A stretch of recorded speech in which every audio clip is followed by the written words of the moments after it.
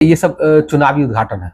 चुनावी उद्घाटन अगर चुनावी उद्घाटन नहीं होता तो माननीय मंत्री को बताना चाहिए कि 13 वर्ष लगातार शिलान्यास करने के बाद भी आज अखाड़ा घाट पुल क्यों नहीं निर्माण हुआ है, और क्या सिरपुर में जो पुल निर्माण हो रहा है जिसके लिए हम लोग भी मांग कर रहे थे तो हो रहा था, उसके लिए भूमि अधिग्रहण हो चुका है या नहीं हुआ है, तो ये उनको पहले बताना चाहिए, फिर शिलान्यास करना चाहिए। और नहीं तो फिर 1-2 पिलर खड़ा होगा और फिर वो 13 साल और 26 साल के लिए वो इंतजार करता रह जाएगा और लगातार शिलान्यास उसका किया जाता रहेगा।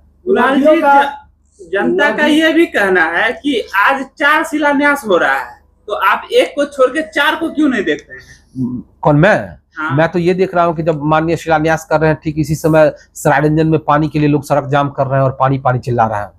जब आप शिलान्यास की बात कर रहे हैं तो मैं म्यारी की बात कर रहा हूँ जहाँ लोग अभी पानी के लिए बदहाल हैं। जब आप शिलान्यास की बात कर रहे हैं तो पीएससी में वो रेंगटे खड़ा करने वाला बच्चे का फोटो मुझे याद आ रहा है, जो किसी फिलिस्तीनी इजरायली अटैक में किसी फिलिस्तीनी बच्चे का लगता है। तो ये शिलान्यास का कोई महत्व नहीं है। सवाल यह उठता है कि किस नदी पर आप शिलान्यास कर रहे हैं। जिस नदी में पानी ही नहीं है वहां आप पुल बनाने के लिए लॉलीपॉप दे रहे हैं। अगर आपको पुल बनाने के लिए आप ईमानदार थे तो इतने दिनों से आगामी चुनाव को देखते हुए इससे पहले आपने क्यों नहीं किया? अब चुनाव को देखते हुए क्यों आप कर रहे हैं? नदी का भी उड़ाही किया जा रहा है। ये सब दिखावटी है। इसके लिए मैं अलग से प्रेस कॉन्फ्रेंस करूंगा कि किस तरह से लोगों की आंखों में धूल झोंका जा रहा है। सवाल यह उठता है कि माननीय मंत्री को, जो जल शोधन मंत्री है, उनको जवाब देना चाहिए कि बलान नदी या जमुआरी नदी या नून नदी, वाया नदी जो सूख रही है वो गाद की वजह से सूख रही है। अगर गाद की वजह से सूखती तो पानी उस दिशा में नहीं चल के कहीं बगल से पानी चाहता। आज अगर गंगा दुनिया की सबसे बड़ी डेल्टाई नदी है, उसमें जब डेल्टा भर जाता है, जब गाद पूरा जम जाता है तो वो 1 किलोमीटर 2 किलोमीटर बदल के रास्ता वो नदी बहने लगती है। तो बलान और जमुआरी और नून वाया के साथ ऐसा क्यों है?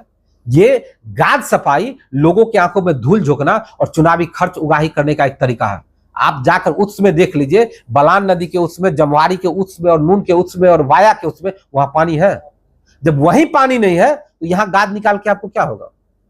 सवाल यह उठता है कि जहां इसका पानी शुरू होता है वहां तो आप पानी मुहैया कराइए, और जब पानी निकलता है वो है ना कि मैं भी दरिया हूँ, अपना हुनर जानता हूँ, जिस तरफ चल पड़ूंगा रास्ता बन जाएगा। तो नदी जो है और पानी जो है वो रास्ता खुद ब खुद बना लेता है। वो किसी इंतजार नहीं करता है कि कोई जल शोधन मंत्री आए और चुनावी फायदे के लिए अपना गाद साफ करेगा तब मैं बहूंगा। ये ऐसा नहीं होता है। आप उस पर जाकर देखिए, मुजफ्फरपुर में जाकर देखिए जहां से जमुआरी नदी बनती है, कि क्या वहां पानी है?